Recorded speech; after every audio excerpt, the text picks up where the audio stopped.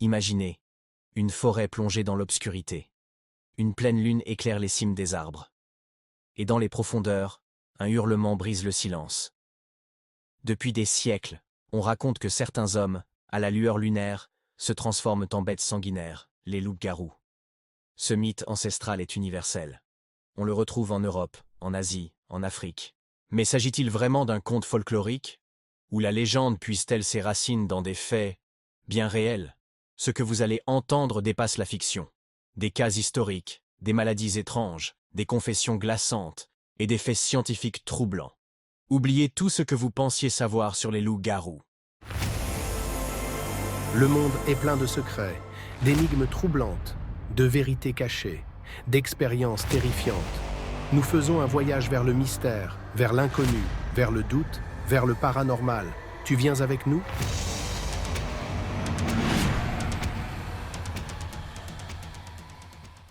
À travers les siècles, plusieurs individus ont été jugés, torturés et exécutés pour lycanthropie, la capacité à se transformer en loup. Le plus ancien cas documenté remonte au XIIIe siècle, en France. Mais certains dossiers bien plus tardifs révèlent des témoignages effrayants, parfois sous serment. Gilles Garnier, 1573, Dole, France. Un ermite solitaire. Plusieurs enfants retrouvés démembrés dans les bois. Garnier affirme avoir reçu une pommade du diable pour se transformer en loup. Il avoue avoir tué, éviscéré et dévoré ses proies. Verdict, brûlé vif. Peter Stump, 1589, Bedburg, Allemagne. Surnommé le loup-garou de Bedburg, cet agriculteur est accusé de 25 meurtres, dont ceux de ses propres enfants. On dit qu'il portait une ceinture magique qui lui permettait de prendre forme lupine. Sous la torture, il confesse tout. Son exécution est l'une des plus atroces de l'époque. Jean Grenier, 1603, Guyenne, France. Jeune adolescent accusé d'avoir tué et mangé plusieurs enfants. Il se prenait pour un loup. Jugé non coupable pour folie, il finit enfermé dans un couvent où il meurt des années plus tard. La science moderne a tenté de comprendre les racines du mythe. Et ce qu'elle a trouvé est terrifiant. Plusieurs maladies et troubles mentaux peuvent expliquer certains symptômes associés au loup-garou. Voici les principaux cas étudiés. 1. La lycanthropie clinique. Un trouble psychiatrique rare où le patient est convaincu d'être ou de se transformer en animal, souvent un loup. Symptômes, hallucinations, cris, comportements bestiaux, parfois automutilation. Le cerveau projette une fausse identité animale. Cas célèbre en 1852 à Nancy. Un homme a été interné après avoir attaqué ses voisins, persuadé d'être un loup. Il hurlait, se nourrissait de viande crue et se déplaçait à quatre pattes. 2. L'ergotisme. Le feu de Saint-Antoine. Causé par l'ergot du seigle, un champignon toxique qui contamine les récoltes. Consommé, il provoque hallucinations, délires, convulsions, paranoïa, comportements violents. De nombreux possédés ou loups-garous du Moyen-Âge pourraient avoir été des victimes d'ergotisme collectif. 3. Hypertrichose, syndrome de l'homme-loup. Une mutation génétique extrêmement rare. Elle provoque une pilosité abondante sur tout le visage et le corps. Cas célèbre, Pedro González, au XVIe siècle. Un noble espagnol atteint d'hypertrichose fut exhibé dans les cours royales comme le véritable homme-loup. 4. La rage.